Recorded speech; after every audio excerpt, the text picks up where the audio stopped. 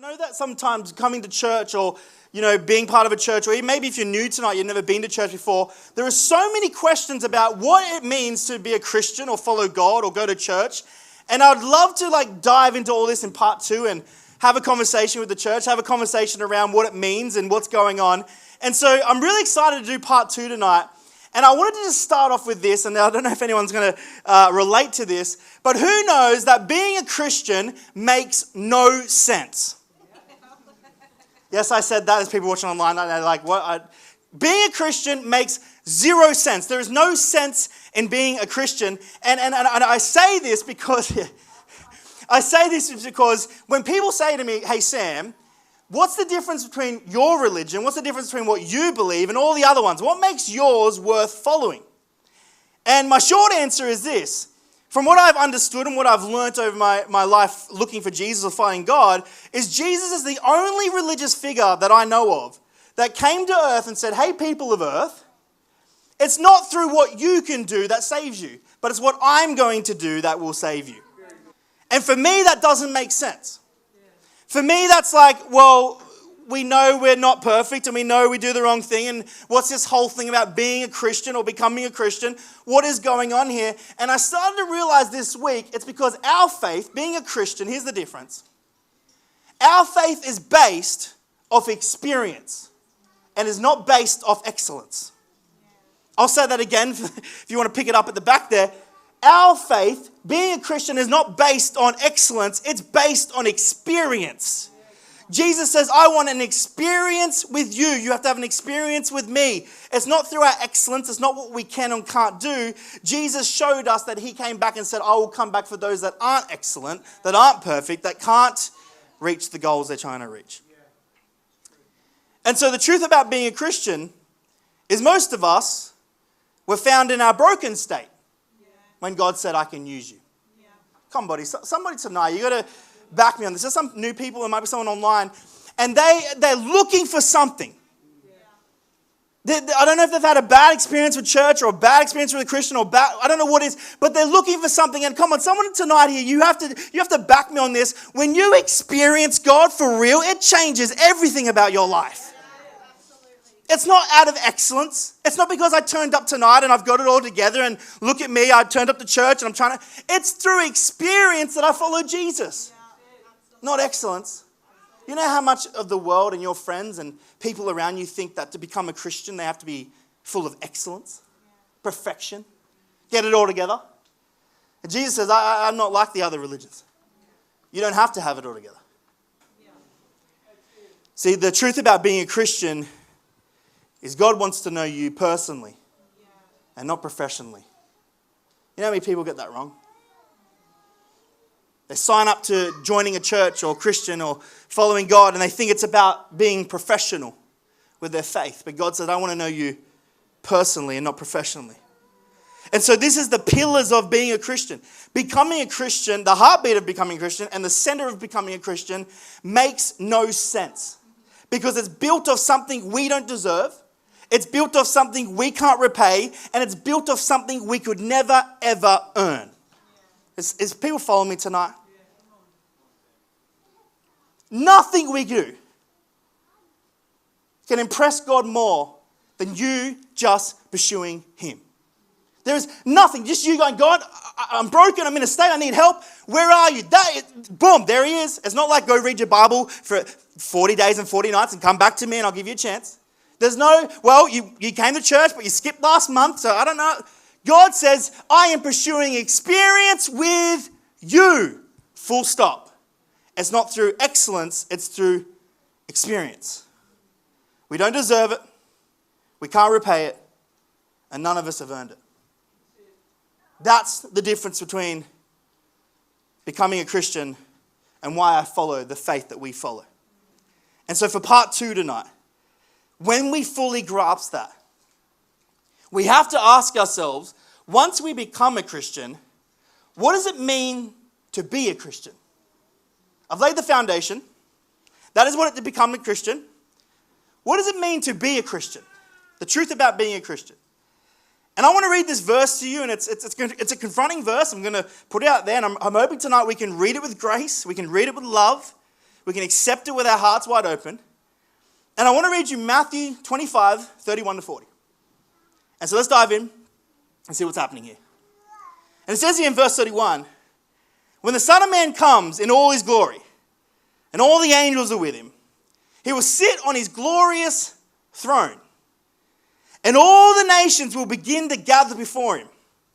And he will separate people one from another, like a shepherd separates sheep from the goats. He will put the sheep on his right and the goats on his left. Then the king will say, those on his right, come who you are blessed by my Father, and take your inheritance, the kingdom that I have prepared for you since the beginning of creation.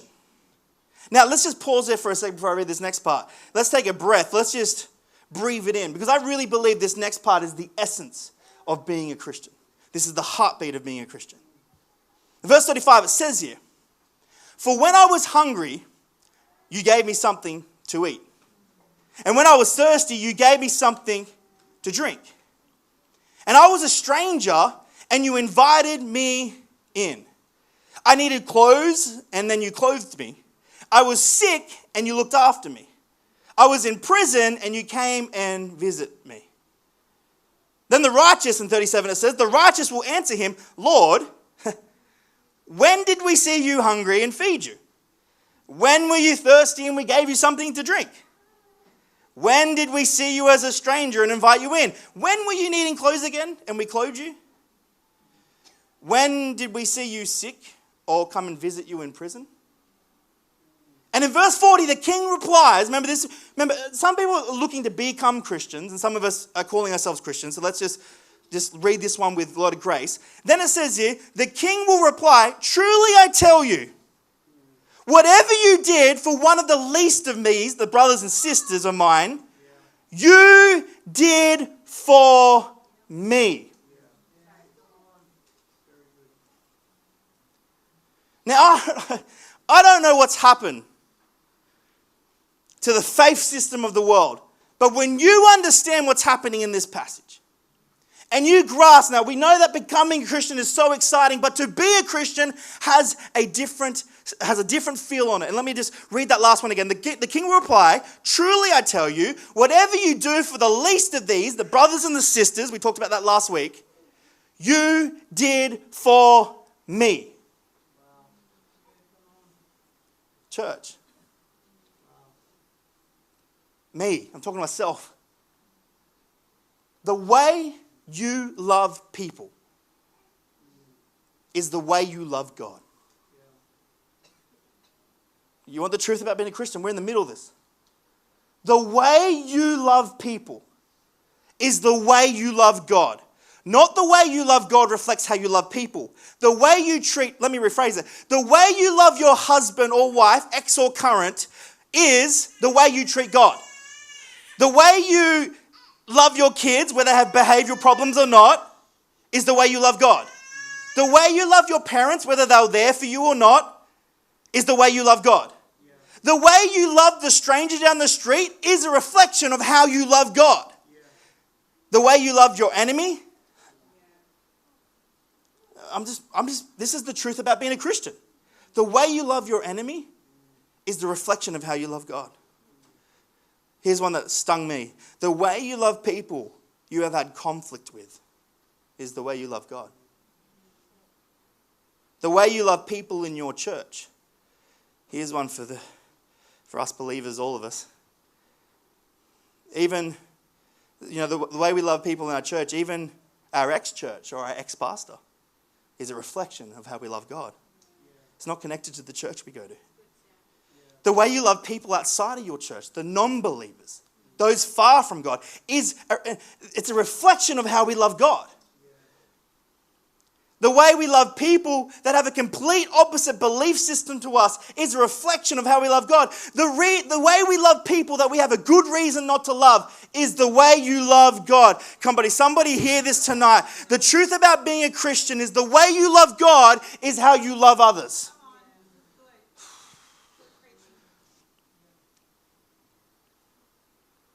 Now, I'm getting silent and there's a few crickets because when we follow a faith that's out of excellence, we can bypass all this. Because as long as I'm excellent to God, and I live in excellence of reading my word, and I'm excellent in how I worship, if we live in excellence and not experience, not only will we never experience Jesus' heart, but we'll never experience the hurt and pain of people around us and leading them to what Jesus' heart is. The way you love people is the way you love God. And I know this doesn't make sense. And I agree, it seems a little bit unfair. But the reality is, it applies to how God loves us. Do you want me to say that again? God loving us doesn't make sense. And God forgiving us that we can't repay is unfair on his behalf. And let me tell you why this is so important. Now, I just want to pull it back a little bit because I know we're all on a journey. And I don't want anyone to get hurt. And I don't want anyone to get upset with what I'm saying. There's a lot of grace in this, and I believe God's going to transform hearts. I believe he's transforming mine as I preach this. I believe things are changing. But this is why becoming a Christian is so exciting, and then being a Christian is we're going to get to the bones of this. And I'm going to say this, and I want everyone in this room, including myself, to remember this example for the rest of our lives. This is why this is so important. How we treat others is a reflection of how we love God.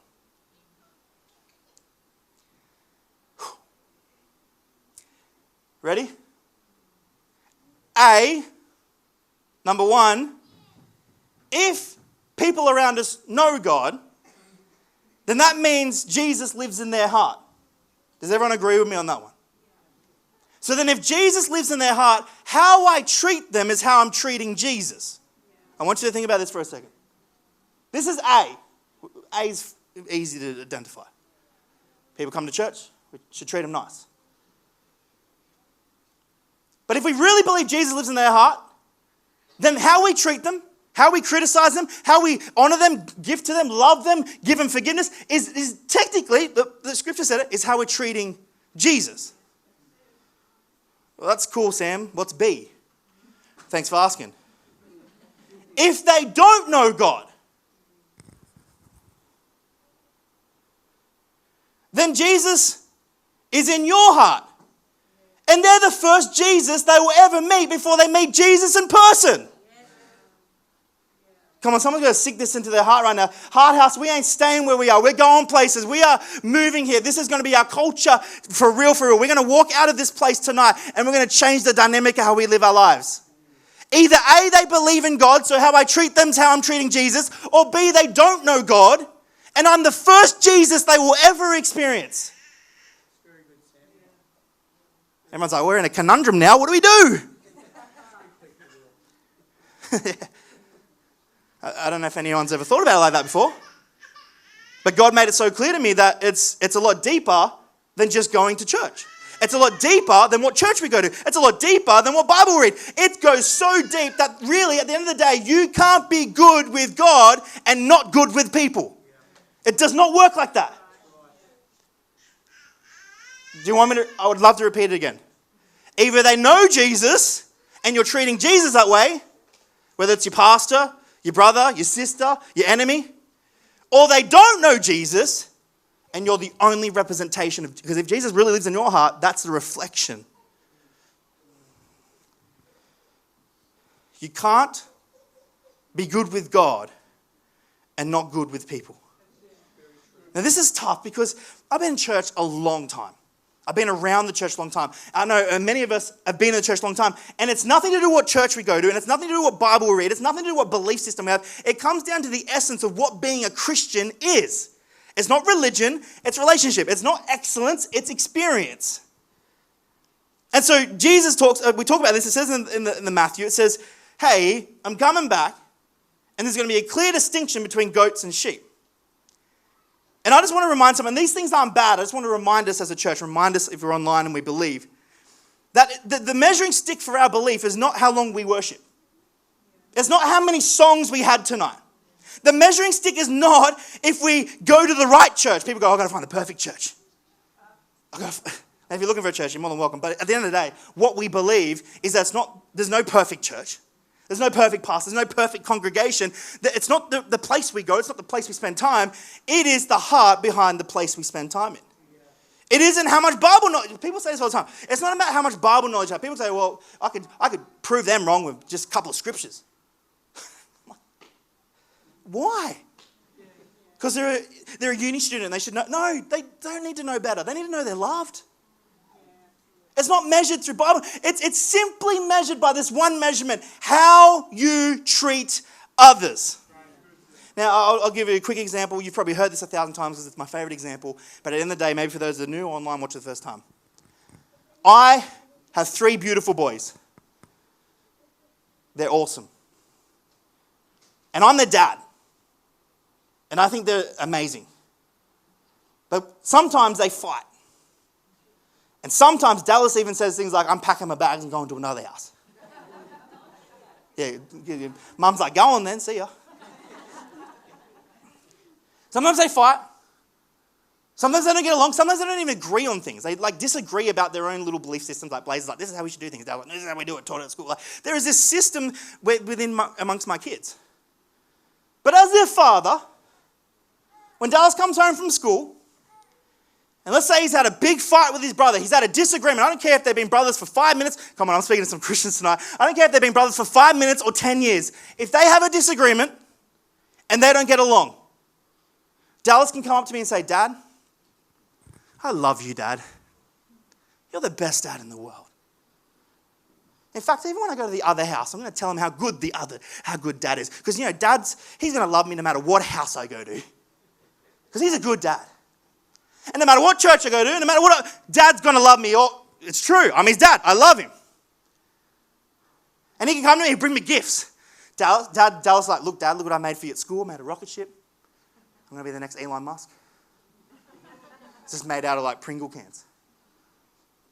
But the whole time I'm talking to him, and the whole time I'm listening to him, and the whole time I'm looking at my precious, beautiful son, all I'm thinking about is this: are you good with your brother?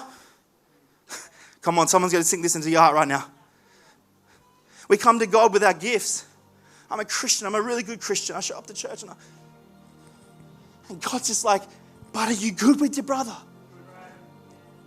Are you good with your sister? Now, I know we can justify it, and I know there's problems, and I'm not discrediting hurt and pain. There's a lot of hurt and pain in our church. There's a lot of hurt and pain in people's lives and families, and it's the world's painful. But becoming a Christian wasn't to stay where you were. So this is why we're preaching this. We're asking the question, what does it mean to be a Christian? Not follow a religion, to be a Christian. It is to be good with the people around you. People get really confused by what I'm saying. I'm like, I've preached this for a couple of years now, and people go, yeah, but I'm good with God. I spent quiet time with God. But my cousin's an idiot, or my brother's this, or my dad's this, or you should see what the guy down the road was saying. I'm like, you can't be good with God and not good with others. Now, I don't want anyone to feel like I'm targeting tonight, because I had to go through this myself. And let me tell you, there was a list of things I had to work through as your pastor. This is not preaching to you. This is me having a week ahead of you going, holy moly, God, you need to condition my heart because I want to be a good Christian. I want to follow you. And here's the reality. It doesn't matter what their sexual preference is. It doesn't matter if they're an atheist or not. It doesn't matter if they go to church or not. It doesn't matter what it is. God just says, how do you love them in the darkest times? How do you love them when they're far from me? How do you love your pastor when he makes mistakes? How do you love the brother next to you when they rip you off? How do you love the person around you that's gossip behind your back? How do you treat them?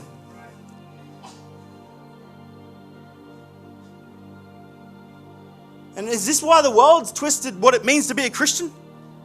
Because we haven't reflected this? Because we treat people that aren't believers different? Because we treat each other so poorly? What has happened? What is the truth? What does it look like? What is God trying to show us so clearly in Matthew? This is what I believe happens. I'm going to invite my mannequin up here tonight, young Zeke. Now Zeke here is going to do something special for me. He's going to represent the whole world in one go. He's going to represent right now the person sitting next to you. He's going to represent the other church up the road.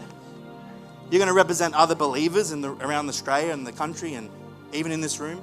He's going to represent your auntie or uncle that's so far from God. He's going to represent every human interaction you can put into perspective. He's going to represent right now. And so this is what happens. We know the world's bad. We know things go wrong. And most of us find God in that place. And I know, like, sometimes we see some crazy things, like I see arguments on the internet about God. I see people preaching on the corners. I see people protesting people. I don't know what happened. And so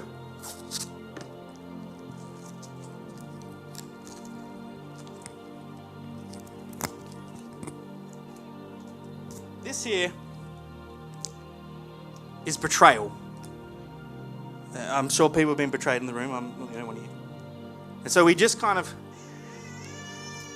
they've either been betrayed, and it could have been from like someone at home or their school or the church, but anyway, it's there.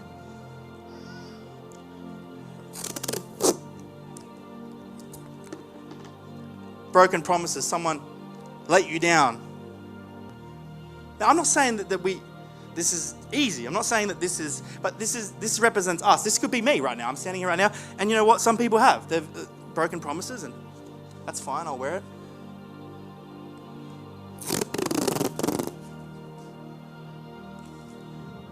Has anyone ever felt criticized or judged because of your journey with God? Or maybe you don't know God, and you thought that this is what. Oh, have you seen how they look? Have you seen their tattoos? Did you see who they were hanging out with?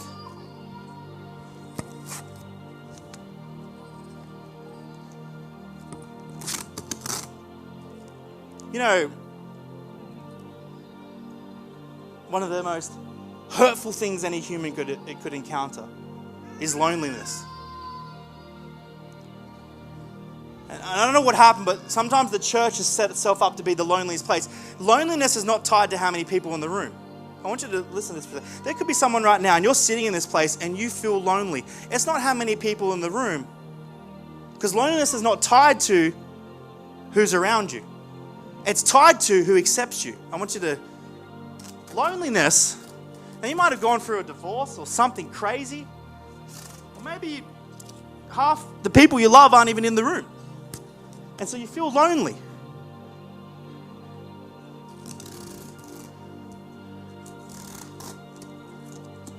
Sometimes we feel forgotten or overlooked.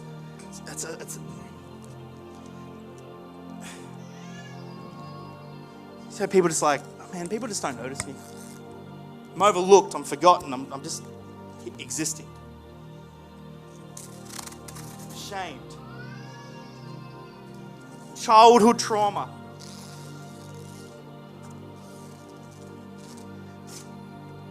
Not feeling good enough.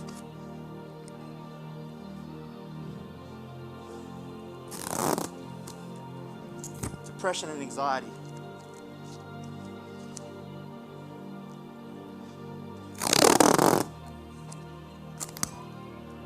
Suicidal thoughts.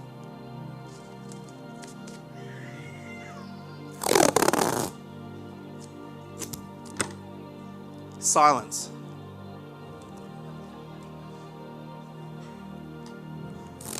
Mental or physical pain.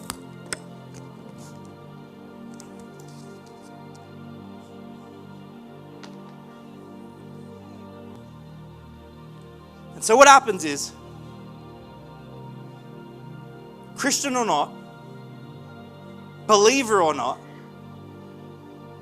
most of us are labeled like this.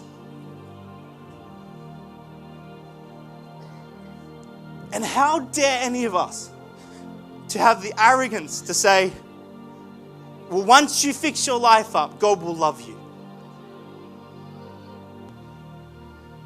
Oh, that believer, that they should know better because they go to church, but they got childhood trauma, and you say, well, you biblically got that wrong, didn't you, buddy? Did you see someone say they weren't even worshiping, but they've been silenced at home, and you're like, they're not even worshiping. It's not measured through excellence. It's measured through experience.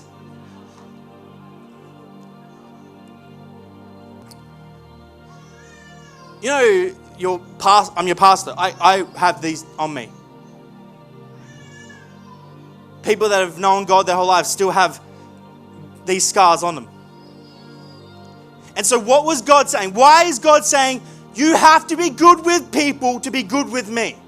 What's going on here? Because becoming a Christian, we know this. Becoming a Christian is coming to us with all our flaws, all our hurts, all our mistakes, and saying, God, will you accept me? And he goes, yeah, I sent my only son for you. I got you. Scars and all, labels and all. Even the labels that your mum and dad put on you, even the labels that the church put on you, even the labels that your brother and sister put on you, I'll accept it all. That's becoming a Christian. Now let's talk about being a Christian. Seeing we're on the topic.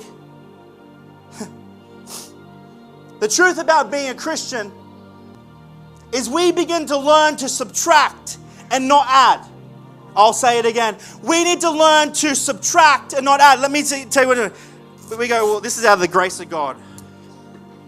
I'm trying to save those guys in the LGBT community. Don't they know they're going to hell?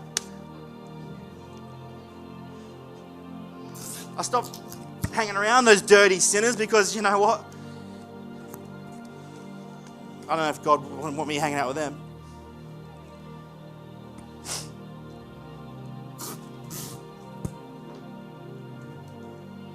Have you heard what Hard House is preaching at the moment? I'm going to go find a better church. I'm good with God.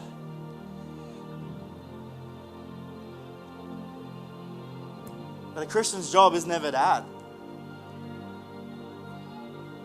It's to subtract. You've been called to subtract.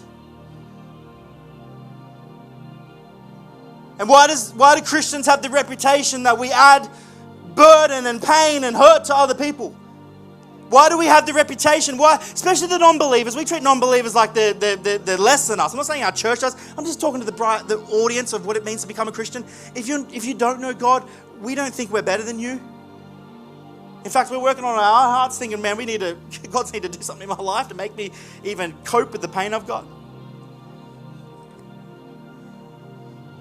And we just wrap up our Christian life with, well, as long as I'm good with God, then nothing else matters, right? And there's people literally sitting next to you in the room, taped like this. There's people at your house right now that didn't show up to church, taped like this. There is people right now in my own life, taped like this. A Christian's job was never to add, it was always to subtract. But Sam, I'll say it again, I'm good with God.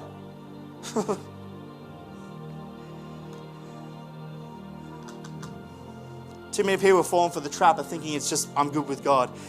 God's called you to subtract, and this is how it works. You are the scissors. And God's the hand. I want you to think about this. And He's called those that believe. And He's called those that are in churches that have rough seasons, wet weather, rainy weather, sunny weather, whatever season. He's called those that are down in the schoolyard, down the workyard, and they're saying some awful things about Jesus, and you just can't be bothered. I can't believe what they said about God. I'm going to block Him from my life. God said, hang on. I've called you to be the scissors. I'm the hand. Don't worry about that. Loneliness? Guess what, buddy? You're more than welcome in our house. You're more than welcome around what we do. It doesn't matter what you look like. It doesn't matter what your background is. It doesn't matter even if we had a fight back in the day. You're welcome. I'm a subtractor. Chop, chop, chop.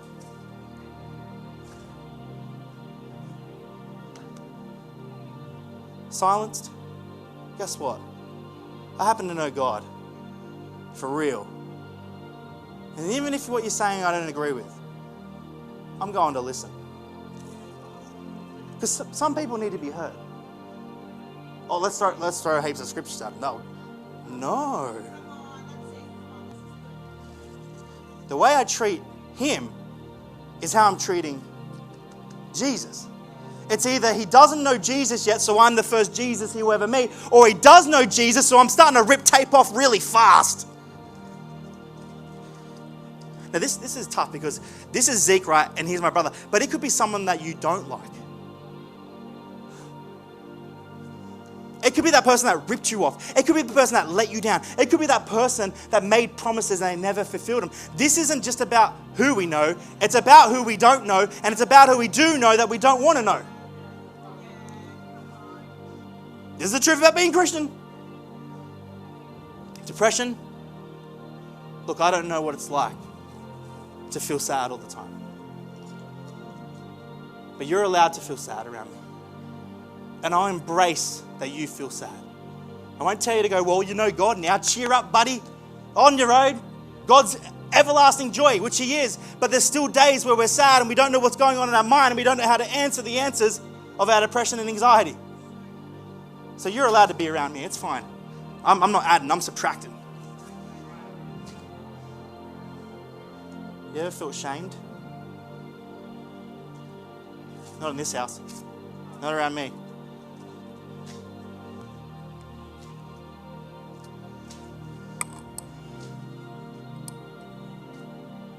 You know, half the time,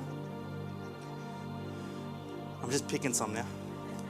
You know, half the time, we live in unforgiveness. We might have found a different way to get good with God. We still hate our boss, and we still hate someone from our church, and we still hate that family member, and so we add to that, and God's like, hang on a minute, hang on. I've asked you to forgive. And so because we want the truth about being a Christian, right?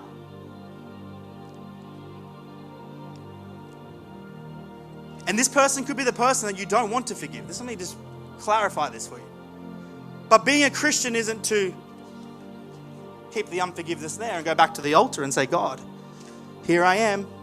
God says, are you good with your brother or sister? So I go back and I say, I'm here to subtract. Not add. I'm forgiven. I'm forgiven. I'm forgiving them for anything they ever did. I'm walking away from that. You're good now. I forgive you. Just ripping off hair. And so a Christian's life is finding people covered in tape. Your pastor, your brother, your sister, your kids leader. It doesn't matter who it is. And we go to the place where we're going to constantly subtract. Yeah, thanks for being our kids, wherever you are, kids leader, Laurie. We're going to drop off a meal this week because we appreciate you looking after our kids. We're subtracting. Hey, Sam, that was an awesome message. Hey, Lee, wow, that worship was incredible, man. Hey, new person. This is our favorite line. You don't have to believe to belong.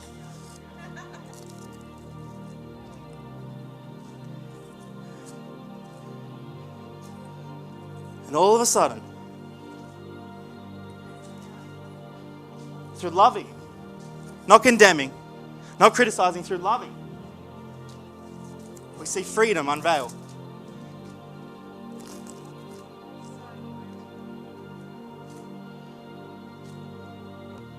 Because either A, I'm doing this to Jesus, or B, this is the first Jesus he'll ever meet before he meets Jesus. This is the truth about being a Christian. Some people's belief systems might have been flipped upside down tonight. Some people have got some work to go through. And as the band comes, some people are a bit challenged by what I said. But I'm telling you tonight, this is what God's called us to do. He's called us to subtract and not add. Not to bring hurt to the world, not to bring hurt to those far from him, but to bring an impact and to bring love and to bring a freedom. And we don't have to have all the answers, but we can accept him or her as they are. Thank you, Zeke. You're free now and you're free to go.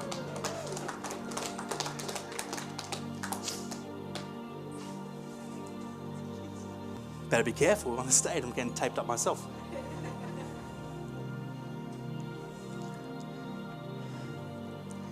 Church. I'm going to stop walking for a second. Church, never unvisualize the fact that everyone around you is covered in tape. It don't matter if you think they have it all together. It don't matter if you think they came from a good family. It don't matter if you think, well, they're the leader of the department or where they should know better. It don't matter. People are covered in tape. People are hurt. People are broken. And a Christian's job isn't to sharpen those around them, but it's to love them into a relationship and experience with Jesus. Because guess what? I said at the start, no one can justify how I feel about Jesus. No one can change my mind about Jesus. No one can change the belief system of how I feel about Jesus, because it was birthed from the inside of my experience, not the outside by my excellence. And so I go to people that are far from God, that are not in excellence, and I start ripping off tape quicker than you can count to 10. And I'm believing in return, I turn around, someone's ripping tape off me too. Out of the kindness and the gentleness of not just being good with God, but pursuing to be good with others. We're the scissors. God's the hand. Come on, let's stand tonight. I'm believing for something radical to happen in our church as we unfold this series.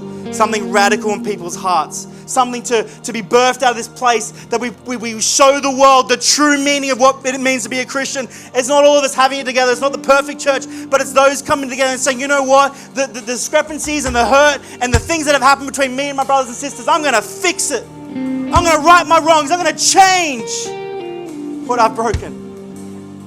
I'm going to rip off tape from the people around me. That's the truth about being a Christian.